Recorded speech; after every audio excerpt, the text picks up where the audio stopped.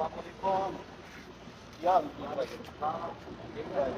हाँ जी हुक्म करो। सब मोटरसाइकिल बेचनी है। मोटरसाइकिल बेचनी है? किन्ने दी बेचनी दस मैनू। सब ਤੁਸੀਂ ਦੱਸੋ ਕਿੰਨੇ ਦੀ ਲਓਗੇ? यार तू मैनू दस किन्ने दी बेचनी है, मैं तेन हुणे पैसे दे देना। ਤੁਸੀਂ ਦੱਸੋ ਕਿੰਨੇ ਦੀ ਲੈ ਲਓਗੇ? मोटरसाइकिल तू लैके आया, तू दस दे मैनू इन्ने दी ਹੁਣ ਤਾਂ बेचनी है। ਤੁਸੀਂ ਦੱਸ ਦਿਓ ਮੋਟਰਸਾਈਕਲ ਤੁਹਾਡੇ ਸਾਹਮਣੇ ਰੇਟ ਲਾ ਦਿਓ ਕਿੰਨੇ ਦੀ ਲੈਣੀ ਮੈਂ ਵੇਚਣੀ। लतीफ भाई तेन मैं मोटरसाइकिल बेचनी दसना किवें बेची दी। ਉਹ ਕਿੱਦਾਂ ਵੇਚਣੀ ਦੱਸੋ। मैं तेन हुणे ही दस देना वा। ਜਾਓ मोटरसाइकिल इधर आ। ऐ हुण मैं मोटरसाइकिल लैके आ गया ना, ਹਾਂ ऐ खलार दी है। कहीं का तू मैनू 1000 रुपया दे, 1000 च तेन मैं मोटरसाइकिल दे दी।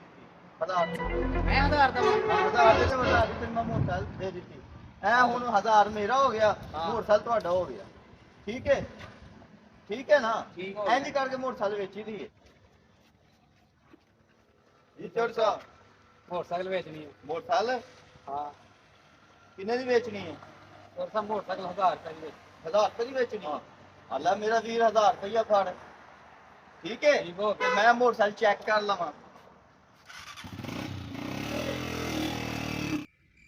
ਓਏ ਇਹ ਤਾਂ ਮੇਰਾ ਹੀ 1000 ਮੈਨੂੰ ਓਏ ਮੈਂ ਤਾਂ